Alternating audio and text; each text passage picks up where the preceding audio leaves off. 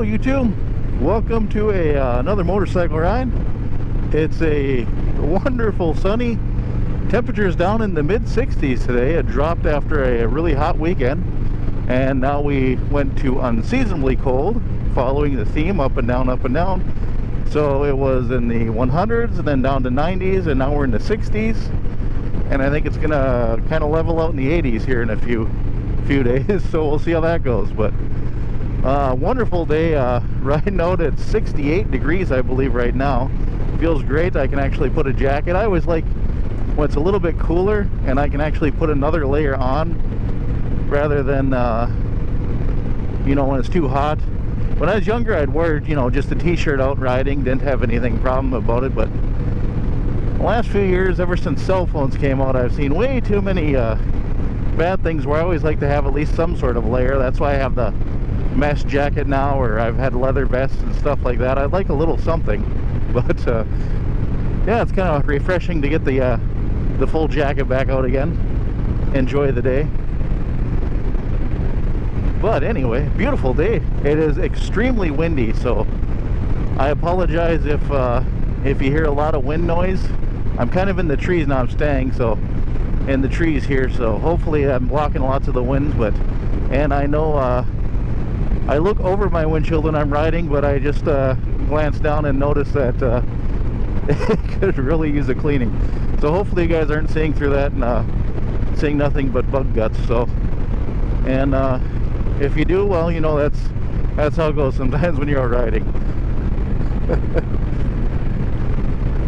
So I was actually thinking a little bit about what I was going to talk about today, because of somebody was asking me a question. And you could probably tell from my videos, but I usually don't give it a lot of thought before I hop on the bike as to what I'm going to talk about. It's usually just, oh, I'm in a pretty road, I'll click on the camera and let everybody see. I kind of figure you guys are more looking at the scenery rather than listening to me ramble about whatever God knows what I'm talking about. But the last few days I have somebody was asking me about a good first bike, and that's always an interesting question. I'm pretty sure if anybody out there has been riding for many years, have been asked that by a whole lot of different people, and I've been asked that many times, and it's always an interesting question. You always first off ask them what kind of riding they want to do, I guess. The person who was talking to me just kind of wanted something for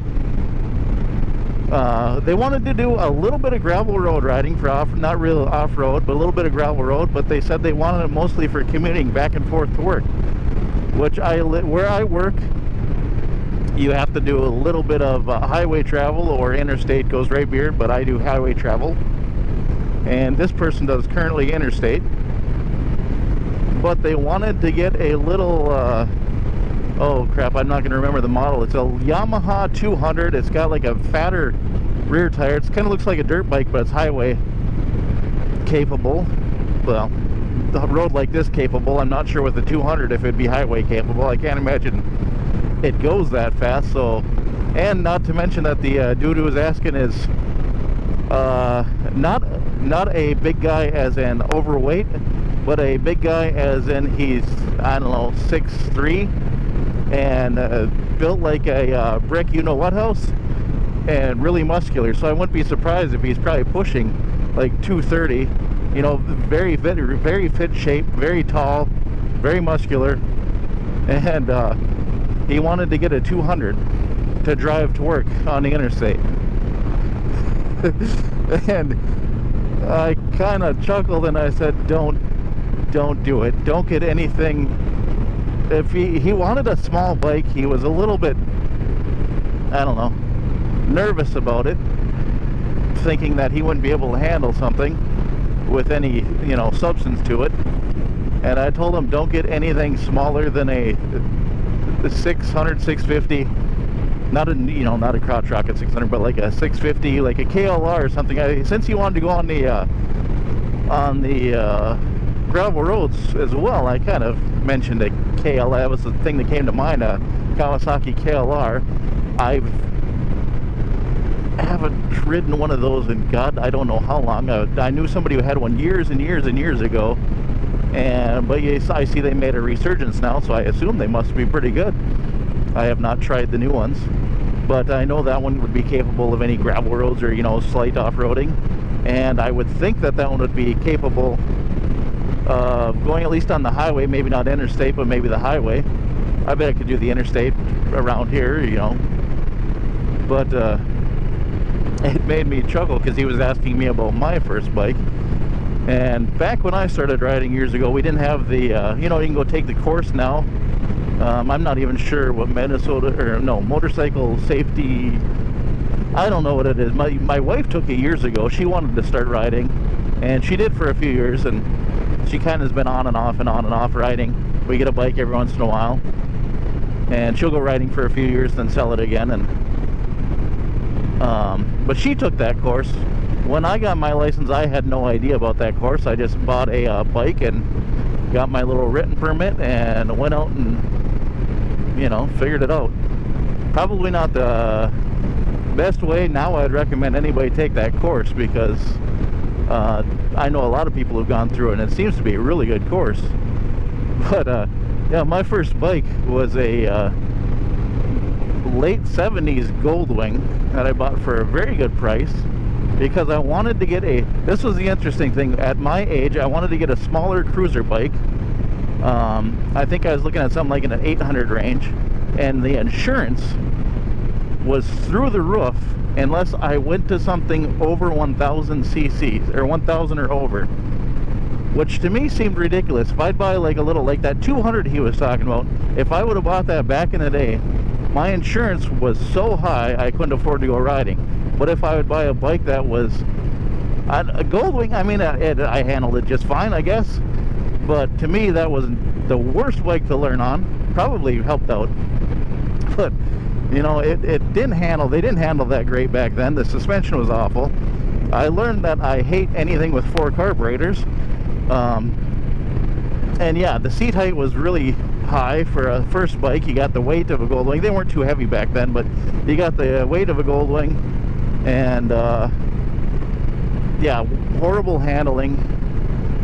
Just nope. It didn't have too much power, I guess. The 1000 cc's was not a problem with the power it offered up. But I just think that's funny. I don't know if that's still the case now with his age. I'm, you know, a long ways from that age bracket on my insurance, so I don't know if it's still the case where you need to go so big, otherwise the insurance just takes advantage of you there.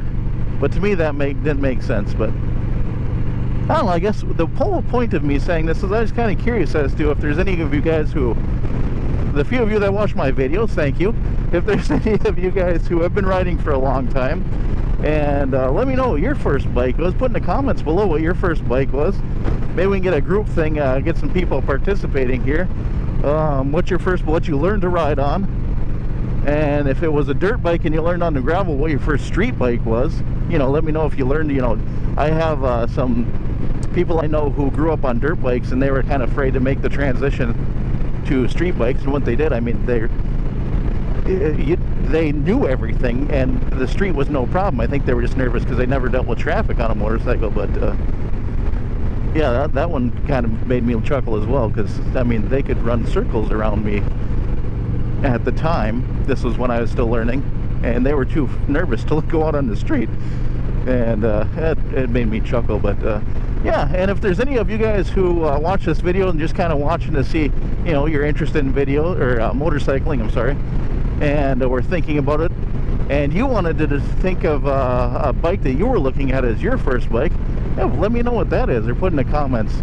I'm just kind of I'm really interested to see what people come up with.